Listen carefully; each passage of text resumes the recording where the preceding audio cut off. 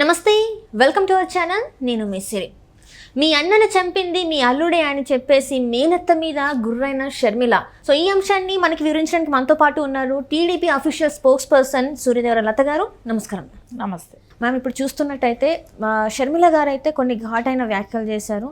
మీ అన్నని చంపింది మీ అల్లుడే అని చెప్పేసి చేయడం జరిగింది, ఆ వ్యాఖ్యలు చేయడం జరిగింది. అండ్ ఇంకొకటి ఏంటంటే ఎండాకాలం కదా, అందుకే జగన్ కోసం సపోర్ట్ చేస్తున్నారేమో అని చెప్పేసి కూడా తను మాట్లాడడం జరిగింది. సో అంటే ఎందుకు ఇలాంటి వ్యాఖ్యలు చేసింది ఏంటి అసలు? అంటే తను చెప్పింది అక్షర సత్యం, ఎక్కడ కూడా ఇది లేదు. ఎందుకంటే అన్నని చంపిన వాళ్ళు ఎవరనేది తెలుసు కదా, తనకి తెలియకేం కాదు కదా. అంటే ఎండాకాలం అంశం తీసుకురావడానికి కారణం ఏంటంటే ఎండాకాలం తల తిరుగుతుంది.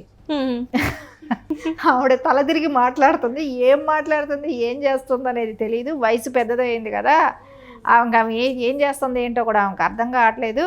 ఎండాకాలం కాబట్టి కొంచెం తిక్కగా మాట్లాడుతుందనే దాని అర్థం. ఆవిడ చెప్పి నవ్వుతూ చెప్పటమే కానీ అక్కడ అదే కనపడుతుంది. కానీ నిజంగానే అసలు వివేకానంద రెడ్డి గారి సొంత చెల్లెలైన ఆవిడ ఏ రకంగా చెప్తున్నారో తెలుసా? పాపం భాస్కర్ రెడ్డి అన్నయ్యని జైల్లో పెట్టారు, సంవత్సరంగా ఉన్నారు అంటుంది. అంటే నీకు ఎవరు సొంతం? ఒక తల్లి బిడ్డలు ఎవరు? వీళ్ళే కదా. ఎవరు? వివేకానంద రెడ్డి గారితో కదా ఈవిడికి సొంతం. ఇది రాజశేఖర్ రెడ్డి గారు ఉన్నన్ని రోజులు కూడా ఎప్పుడు భాస్కర్ రెడ్డి గారి కుటుంబం కానీ ఈ రాజకీయాల్లో ఎక్కడ రాలేదు. ఆయన చనిపోయిన తర్వాతే వీళ్ళు వచ్చారు. అంటే దానిలో భారతి గారి పాత్ర కూడా ఉందనేది మనకి ఇక్కడ అర్థమవుతుంది కదా. సో అలాంటప్పుడు వివేకానంద రెడ్డి గారికి ఉంటుంది కదా, వాళ్ళ అన్న తమ్ముళ్ళకి ఎప్పుడు వీళ్ళని రానిచ్చిన వాళ్ళు కాదు. సో ఇప్పుడు వీళ్ళని ముందుకు తీసుకొస్తూ సొంత కుటుంబ వ్యక్తులైన షర్మిల గారికి సీట్ ఇవ్వనంటమే కానివ్వండి, ఆ బాధ ఆయనకు ఉండుంటుంది. సో ఆయన అడిగిన దానికే కానివ్వండి, ఆయన అడ్డు తొలగించుకోవాలనే ప్రయత్నమే కానివ్వండి చేశారు. చేసిన వాళ్ళకి ఈవిడ కొమ్ము గాయటం ఏంటి? విమలారెడ్డి గారు సొంత అన్నని చంపిన వాళ్ళతో ఈవిడ కలవటం ఏంటి? ఈవిడ కలిసింది కూడా చెప్తుంది కదా, షర్మిల గారే చెప్తున్నారు. అక్కడ ఏమని చెప్తున్నారు? వాళ్ళకి జగన్మోహన్ రెడ్డి వాళ్ళకి ఫైనాన్షియల్గా కానివ్వండి, వర్కులే కానివ్వండి అన్నీ సర్దుతున్నాడు, అన్నీ చేస్తున్నాడు, ఇప్పుడు ఆవిడ లెవెల్ వేరే అవును అని ఖచ్చితంగా ఆమె చెప్తున్నారు కదా. ఆమె కొడుకుకి వర్కులు ఇవ్వటమే కానివ్వండి ఇవన్నీ చేశాడని చెప్తున్నాడు. అంటే ఈవిడ వైజాగ్లో చాలా వరకు స్థలాలు కబ్జా కూడా చేసింది. అబ్బా, ఈవిడ అది దేవుడి బిడ్డ అని చెప్పుకుంటూ నేను దైవ సన్నిధిలో ఉంటాను, నేను దేవుడి కోసం నేను ప్రేయర్ చేస్తుంటాను, నాకు ఇలాంటివన్నీ నచ్చవు, నేను ఎప్పుడు దేవుడి సేవలో ఉంటాను అనే వ్యక్తి సొంత అన్నను చంపిన వాళ్ళని నీకు మనసు కనికరించట్లేదు అన్నప్పుడు, సొంత మేనగోడలనే నువ్వు విమర్శించుతున్నప్పుడు నువ్వు ఎలా దేవుని సేవలో ఉన్న ఆవిడ అనుకోవటానికి? అంటే నీకు డబ్బు పిచ్చి, నీకు రాజకీయం పిచ్చి అనేది ఇక్కడ స్పష్టంగా కనపడుతుంది. ఆవిడ ఇంకొకటి కూడా అంటున్నారు కదా, అసలు జగన్మోహన్ రెడ్డి వచ్చాకంట రాష్ట్రం బాగుందంట. ఆ రాష్ట్రం బాగుండటంలో అంటే వీళ్ళు వచ్చి డిస్టర్బెన్స్ క్రియేట్ చేసేస్తున్నారనే బెంగతో ఈవిడ బయట వచ్చిందంట ఈరోజు. అందుకని వచ్చి బయట ప్రెస్ మీట్ పెట్టి అయ్యో వీళ్ళు ఇద్దరు షర్మిల గారు సునీత గారు ఈరోజు రాష్ట్రం భవిష్యత్తు ఇంత బాగుంటే వీళ్ళు వచ్చి దాన్ని నాశనం చేస్తున్నారు అని ఈవిడ ప్రెస్ ముందుకు వచ్చి చెప్తుందంట. అంటే ఎక్కడ నీకు రాష్ట్రం భవిష్యత్తు బాగుందనేది దానికి మేమందరం కూడా అడుగుతున్నాం. ఓపెన్ డిబేట్, ఎక్కడికైనా వస్తాం, ఎప్పుడైనా మాట్లాడతాం, వచ్చి నువ్వు చర్చకి రా, ఎక్కడ బాగుంది, ఏం బాగు చేశాడో నీ మేనల్లుడు చెప్పు ప్రజలకి. మేము దానికి ఎక్కడ మీరు బాగు చేయలేదో ఏం చేయలేదనేది మేము చెప్తాం. నువ్వు దానికి కట్టుబడి ఉన్నావా? నువ్వు రాజకీయాలు మాట్లాడినప్పుడు మేము రాజకీయాలు మాట్లాడతాం.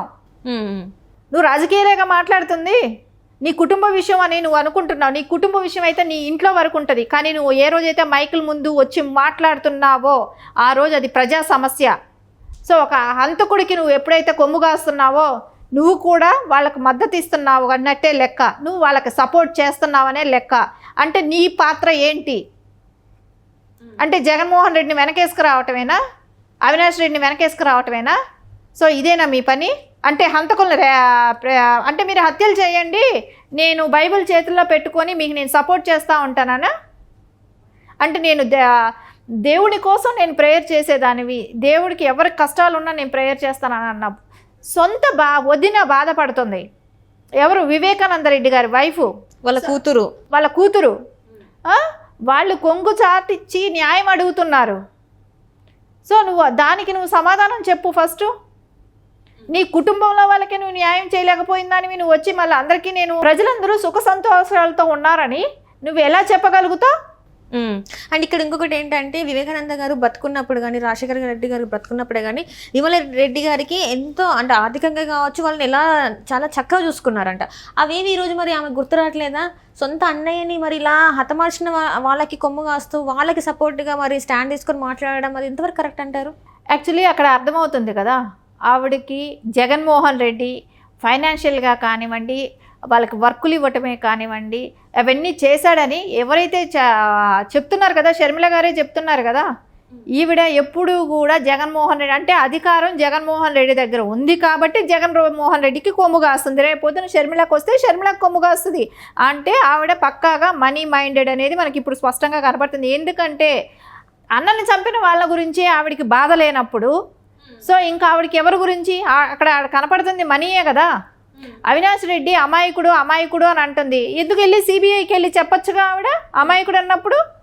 అమ్మ మా మేనల్లుడు అమాయకుడు, ఆయన ఏం చేయలేదని వెళ్ళి చెప్పరాదు, అప్పుడు వింటారేమో. అంటే సాక్ష్యాలు కనబడుతున్నాయి, దస్తగిరి అనే వ్యక్తి చెప్తున్నాడు. ఏమీ లేక నేను భాస్కర్ రెడ్డిని అరెస్ట్ చేసింది, ఆయన జైల్లో ఉన్నాడుగా. అంటే ఇప్పటి వరకు రేపు పొద్దున 15వ తారీఖు వాయిదా ఉంది, బెయిల్ రద్దు అవ్వచ్చు, అవినాష్ రెడ్డి జైలుకి వెళ్ళొచ్చు. మళ్ళీ రాష్ట్రం సుభిక్షంగా ఉందంట. ఎక్కడ సుభిక్షంగా ఉంది? మీ కుటుంబం నువ్వు సుభిక్షంగా ఉంటే రాష్ట్రం అంతా సుభిక్షంగా ఉన్నట్టేనా? అంటే జగన్మోహన్ రెడ్డి గారు కూడా చెప్పారు అనేక సందర్భంలో, నేను రావడం వల్ల అభివృద్ధి సంక్షేమాలు చాలా బాగుందాయి, ఈ రాష్ట్రం చాలా ముందుకెళ్ళిందని చెప్పేసి ఆయన చెప్పారు. మరి ఇవన్నీ వీళ్ళు మాత్రమే, ఈ పార్టీ నాయకులు మాత్రమే మాట్లాడుతున్నారు అభివృద్ధి గురించి, ఇంకా వేరే వాళ్ళకి అది అనిపించట్లేదు కదా. మరి దీని అంటే విమలారెడ్డి సుభిక్షంగా ఉంది ఈ 5 ఏళ్లలో. సో బాగా ఆవిడ రేంజ్ పెరిగిందని షర్మిలారెడ్డి గారే చెప్తున్నారు కాబట్టి ఆవిడ సుభిక్షంగా ఉంది. కానీ ఆవిడ అన్నీ మాట్లాడుతుంది.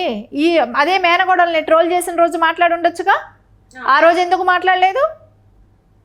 అంటే వాళ్ళ దగ్గర నీకు వాళ్ళు ఏమీ వర్కులు ఇవ్వలేరు, వాళ్ళు డబ్బులు ఇవ్వలేరు అని మాట్లాడలేదు. సరే రాష్ట్రం సుభిక్షంగా ఉందన్నావు, ఎక్కడ సుభిక్షంగా ఉందో చెప్పచ్చు కదా. అంటే ఏం చేశాడు జగన్మోహన్ రెడ్డి? అంటే 3 రాజధానులు కట్టాడనా? ప్యాలెస్లు జిల్లా కోర్టు కట్టుకుంటున్నాడనే సుభిక్షంగా ఉన్నాడు.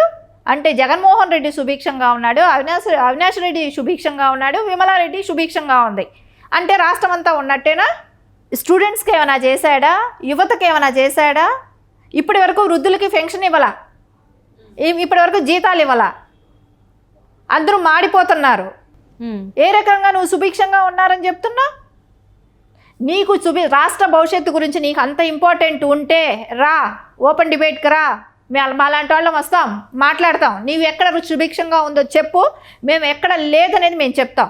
సో ఇప్పుడు మరి విమలారెడ్డి గారు మాట్లాడేది సపోర్ట్ చేసేది కరెక్ట్ అంటారా? మరి జగన్మోహన్ రెడ్డికి కావచ్చు, ఎవరైతే హత్య చేశారని చెప్పి ఆరోపిస్తున్నారో వాళ్ళ సైడ్ నిల్చోవడమే కావచ్చు, ఇదంతా కరెక్ట్ అంటారు? విమలారెడ్డి గారు ఒక్కటే ఆవిడ ఆలోచన, నేను అవినాష్ రెడ్డి గురించి వకాల్తా తీసుకొని మాట్లాడుతూ ఉండాలి, ప్రజల్ని మబ్బి పెట్టాలి, షర్మిల గారిని సునీతారెడ్డి గారిని వాళ్ళని తిట్టాలి, ఈ ప్రోగ్రాం పెట్టుకొని ఉంది. అంటే ప్రజల్లో ఎక్కడ వ్యతిరేకత వస్తుందో, ఓట్ బ్యాంక్ చీలుతుంది, వైఎస్ఆర్సీపీ ఓట్ బ్యాంక్ అంతా, అంటే అది పూర్వం నుంచి కూడా కాంగ్రెస్ ఓట్ బ్యాంక్ వైసీపీకి షిఫ్ట్ అయింది. ఇప్పుడు అది కూడా మొత్తం ఎమ్మెల్యేలతో సహా కూడా ఇప్పుడు కాంగ్రెస్లోకి వెళ్తున్నారు. సో వివేకానంద రెడ్డి గారి హత్య అనేది మొత్తం రాష్ట్రం మొత్తం అదొక చర్చ నడుస్తుంది. కుటుంబ సభ్యులే చంపారనే దానికి వీళ్ళంతా కొమ్ముగా వస్తున్నారు అనేది చర్చ నడుస్తుంది. ఇవి డైవర్ట్ చేద్దామని అనుకుంటుంది.